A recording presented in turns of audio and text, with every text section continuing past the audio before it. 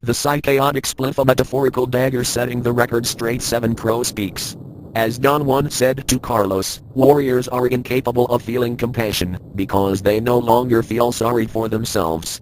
Without the driving force of self-pity, compassion is meaningless. Are you saying, Don Juan, that a warrior is all for himself? In a way, yes. For a warrior everything begins and ends with himself. However, his contact with the abstract causes him to overcome his feeling of self-importance.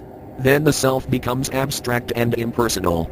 Sorcerers say that the fourth abstract core happens when the spirit cuts our chains of self-reflection, he said.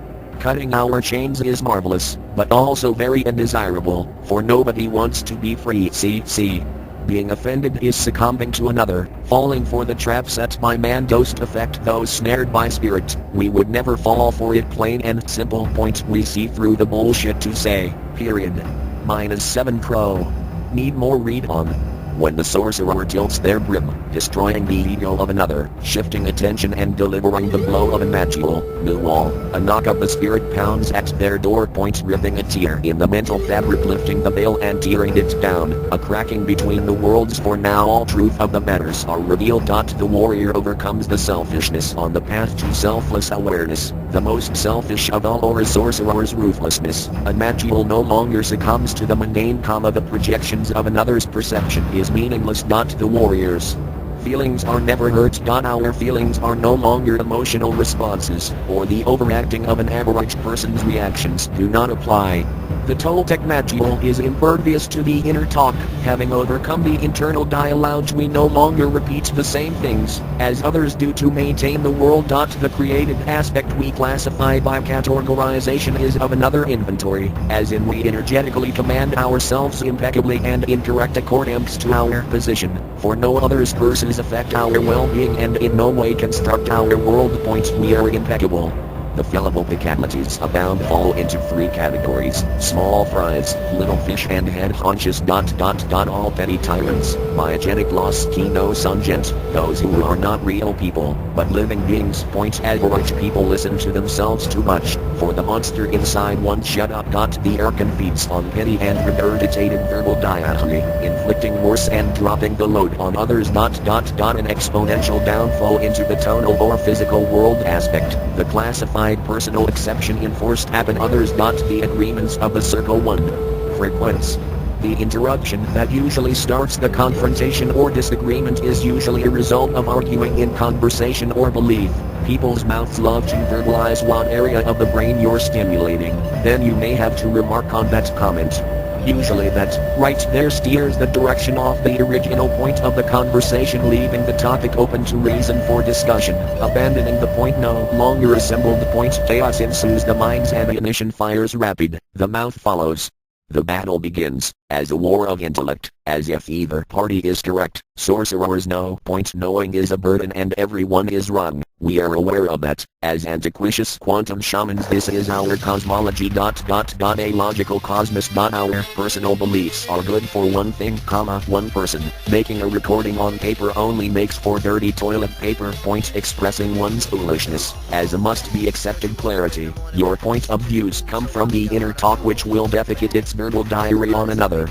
When people accept a gift of knowledge, the world changes. Point. If people could control the chatter in their mouth, they might be able to stop the chatter in their head, and vice versa.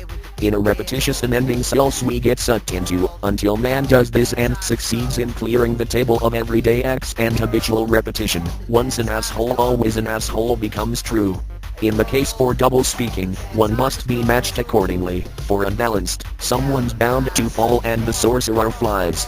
For those on a similar path or on the same wavelength, coherently responding and cooperatively contributing, the abstract dual conveyor of communication can fill 2 warriors in conference full of power. I highly suggest it. A dueling dialect, the sorcerer's sparring session of speech. Impeccability beckons the warrior to replicate an infallible self. The harshness of others can't compare to the ruthlessness a warrior inflicts upon oneself, overcoming the illusion to clear way for the truly abstract reality. One's made-up mind is moldable. The sorcerers don't blame others for their default.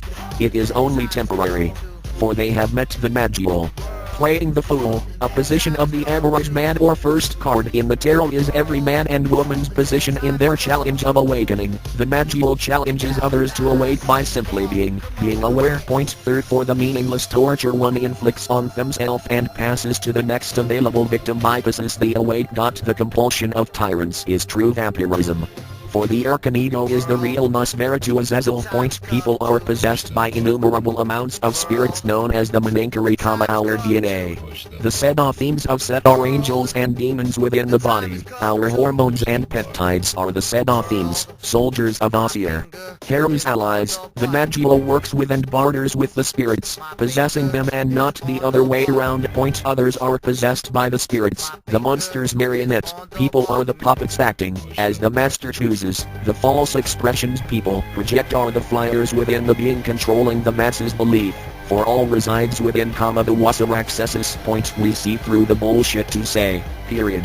Being offended is succumbing to another, falling for the trap set by man. Dost affect those snared by spirit. We would never fall for it, plain and simple.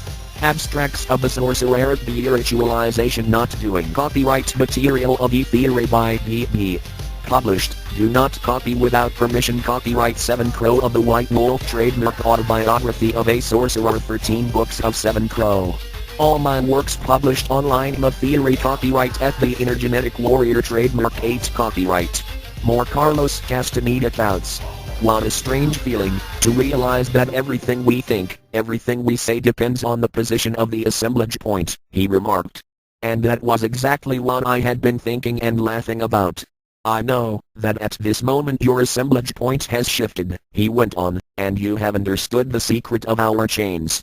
They imprison us, but by keeping us pinned down on our comfortable spot of self-reflection, they defend us from the onslaughts of the unknown.